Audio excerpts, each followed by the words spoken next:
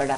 اس لیے یہیں سے میں آپ کی طرف تنویر صاحب آؤں گی کہ جو انہوں نے کہا کہ یوتھ نے کہا کہ ہمیں فوجی حکومت پسند ہے. اب میں بتاؤں وہ کیوں, جو فوری طور پہ جو میرے ذہن میں بات آئی وہ اس لیے کیونکہ جب ہم جمہوریت کو دیکھتے ہیں تو اور بات چھوڑیں, کوئی لا اینڈ آرڈر کا بھی نظام نہیں ہوتا. یہ جو جمہوریت میں جو بنیادی حقوق ہیں وہ نہیں دیے جاتے, یوتھ کو بھی نہیں دیے جاتے, کسی کو بھی نہیں دیے جاتے. رول آف لا جو ہے بالکل مٹایا جاتا ہے. ابھی مجھے ایک کیس کوئی سنا رہا تھا ہمارے قصور میں کہ وہاں ایک اخبار نویس کو ان کے ساتھ زیادتی کی ہے پولیس نے, انہوں نے ان کو فلم نہیں کرنے دیا کیونکہ وہ نہیں چاہتے تھے, جو وہ بات کرنا چاہتے تھے کہ وہ بات کریں وغیرہ. یہ ایک مثال ہے کہ جس طریقے سے یہاں رول آف لا یا بنیادی حقوق کا یہاں کوئی مطلب کہ تصور بھی نہیں ہے.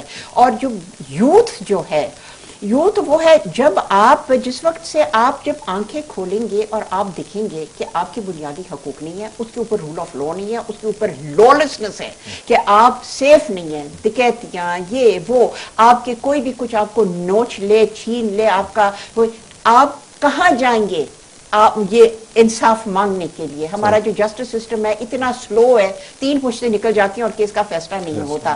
پولیس کے پاس آپ جاتے ہیں وہاں پیسے بھی لگتے ہیں, وہاں مختلف چیزیں ہوتے ہیں, وہاں بھی حقوق نہیں ملتے. اب جو ایک نوجوان ہے جب وہ یہ دیکھتا ہے کہ میرے پاس تو نہ میرے رائٹس ہیں, نہ میرے پاس کوئی فریڈم ہے صحیح معنوں میں جس کو فریڈم کہتے ہیں, کچھ بھی نہیں ہے میرے پاس, تو وہ کیا کہے گا؟ وہ کہے گا جی کم از کم دیر فوجی حکومت بہتر ہے کیونکہ یہاں کوئی لا اینڈ آرڈر کوئی نظام تو ہوتا ہے نا, it's not free for all. وہ یہ سوچ رکھتے ہیں. تو یہ کتنے افسوس کی بات ہے.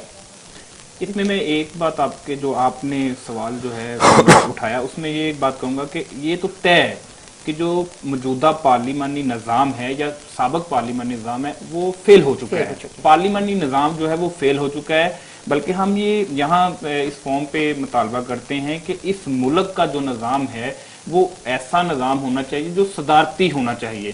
وہ اس طرح ہونا چاہیے کہ جو دیکھیں نا کہ ووٹ دیتے ہیں, یوتھ ووٹ دیتی ہے. فرض کریں کہ اس نے یوتھ نے ووٹ دیا کاف لیگ کو, کاف لیگ نے سب سے زیادہ ووٹ لیے. کاف لیگ نے کہاں جا کر سودا کیا اپنے مفادات کا, کہاں جا کر سودا کر لے.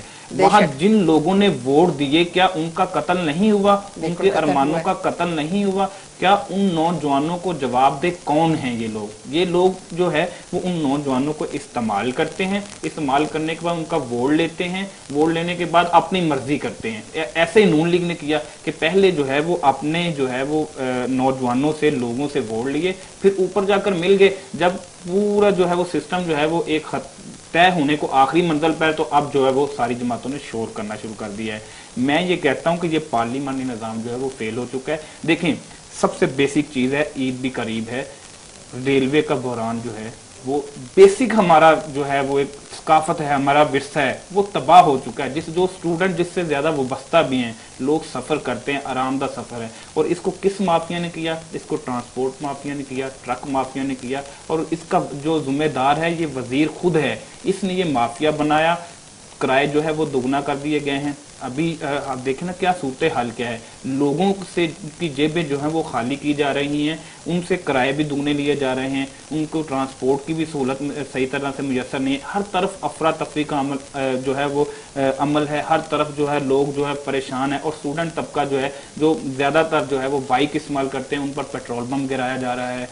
کیا صورتحال ہے. اور یہ لوگ جو کیا کر رہے ہیں, چاہے وہ عمران خان ہے, چاہے وہ پیپلز پارٹی ہے, چاہے وہ نون لیگ ہے, اربوں روپیہ جو ہے وہ ایڈورٹائزمنٹ پہ لگا رہے ہیں, اربوں روپیہ اپنے جلسے پر لگا رہے ہیں. میں یہ انہیں دعوت دیتا ہوں, کہتا ہوں یہ جو اربوں روپیہ لگا رہے ہیں, اسی میں نے آپ سے بات کی 4.5 لاکھ جو ہے وہ گریجویٹ ہیں, جو اربوں روپیہ لگا رہے ہیں کہ 1 لاکھ روپیہ فری گریجویٹ دیا جائے ان لوگوں کا, تو کیا ان جلسوں سے زیادہ بہتر نتائج ہمارے ملک میں نہیں ہوں گے؟ پھر وہ یوتھ کا انقلاب آئے گا جو ان کو بہا لے جائے گا, جس کی طرف میں آپ کو بات بتا رہا ہوں کہ ان کو بہا لے جائے گا. اور انشاءاللہ وہ وقت دیکھیں گے یہ لوگ کہ ہم اسٹوڈنٹ جو ہے ان لوگوں کا گریبان پکڑیں گے, ان سے ایک ایک پیسے کا حساب لیں گے, ایک ایک کرپشن جو انہوں نے کی ہے اس کا حساب لیں. کسی کا دامن بھی صاف نہیں ہے. ہم تو کہتے ہیں کہ آئیں اور دیکھیں, آپ بھی دیکھیں, آپ بھی جانتی ہیں کہ ان لوگوں نے کتنا اس ملک کو لوٹا ہے. آپ ان لوگوں میں شامل ہیں جنہوں نے اس ملک کو سب کچھ دیا, اس وقت دیا جب اس ملک میں حالات خراب تھے. آپ نے تو جو دینے والا وہ کبھی لوٹتا نہیں ہے. تو ہم آپ کو کہتے ہیں دیکھیں, آپ کو بھی پتا ہے کہ کیا صورتحال ہے. دوسری بات جو آپ نے کی کہ جو ظلم ہو رہے ہیں وہ ڈاکٹر سلیم الرحمان پر جو ہے وہ ایک پولیس تشدد کی ایک مثال ہے کہ وہ مجرم کی جو ہے وہ ایک ملزم پکڑے, ایک ASI نے ان کے ساتھ جو ہے وہ بدتمیزی کی. کتنا بڑا المیہ ہے کہ آج جو ہے ہماری جرنلسٹ برادری جو ہے وہ بھی محفوظ نہیں ہے. جہاں مرضی سڑکوں پر سرے عام جو ہے وہ قتل عام ہو رہا ہے. اور میں آپ کو یہ بھی بتاتا چلوں, کراچی کے حالات تو آپ سب کے سامنے ہیں, مگر پنجاب میں اس وقت ڈکیتی اور رازداری کی جو وارداتیں ہو رہی ہیں وہ بہت زیادہ ہو رہی ہیں. اس پر جو ہے ان کو چھپایا جا رہا ہے, اور میں یہ کہوں گا کہ پاکستان میں 1 نمبر پر ہو رہی ہیں. صرف اگر آپ پنجاب کی بات کر لیں تو سب سے زیادہ پچھلے 1 ہفتے کے دوران تقریباً 50 کروڑ سے زائد جو ہے وہ ڈکیتیاں جو ہے وہ ہوئی ہیں. اتنا جو ہے وہ مال لوٹا گیا ہے. تو اس میں کون ہے وہ لوگ نوجوان نسل کے ہیں, وہ جو ہیں وہ بے روزگار لوگ ہیں جو اپنے بچوں کا یا اپنے بہن بھائیوں کا پیٹ پالنا چاہتے ہیں, مگر انہیں کوئی راہ نہیں مل رہی. لیکن انشاءاللہ ہم انہیں وہ راہ دکھائیں گے. ہم ان کی تربیت کر رہے ہیں اور ہم ان حکمرانوں کو بتائیں گے کہ انقلاب کیسے آتا ہے. اور اس نسل میں, نوجوانوں میں ایک ایسی سوچ اٹھ پڑی ہے, ان لوگوں میں وہ احساس آ گیا ہے کہ ہم نے کیا کرنا ہے. ہم نے بہت کچھ کھو لیا ہے, اب کھونے کے لیے ہمارے پاس کچھ نہیں ہے, اب صرف ہم نے حاصل کرنا ہے. یہاں میں بیٹا صرف کیونکہ بہت تھوڑا ٹائم رہتا ہے, میں صرف آپ سے دونوں سے اور ویری بریفلی یہ میں سوال کروں گی کہ اس وقت جو موجودہ پارٹیز ہیں, سب پارٹیز جو اپوزیشن میں ہیں, جو وہ ہیں عمران خان ہو, نواز ہو, زرداری ہو, جو سب پارٹی جماعت اسلامی ہو, سب کے اگر آپ نام دیکھیں, آپ سمجھتے ہیں جب یوتھ, جب صحیح معنوں میں یوتھ اٹھے گی, جس یوتھ کی آپ بات کر رہے ہیں, آپ سمجھتی ہے کہ یہ اپنے لیڈر آگے لائیں گے کہ آپ یہ کسی پارٹیوں میں پھر آپ جا کے شامل ہو جائیں گے کہ آپ یوتھ میں یہ جذبہ ہے, یہ سوچ ہے, یہ ایکسپرٹیز ہے کہ آپ اپنے آپ میں سے اپنے لیڈر کھڑا کریں گے؟ یہ آپ کر سکتے ہیں؟ اس میں میں آپ کو جلدی بیٹا بالکل ٹائم نہیں ہے. ایک آخری میں جو بات کہوں گا وہ یہ ہے کہ کسی نے جو ہے وہ گاندھی سے پوچھا کہ اتنی رات کا سماں ہے, تو سوری قائد اعظم سے پوچھا کہ اتنی رات کا سماں کہ تم جو ہے وہ جاگ رہے ہو, تو قائد اعظم نے کہا کہ میری جو ہے وہ قوم جو ہے وہ سو رہی ہے اور مجھے جاگنا پڑ رہا ہے.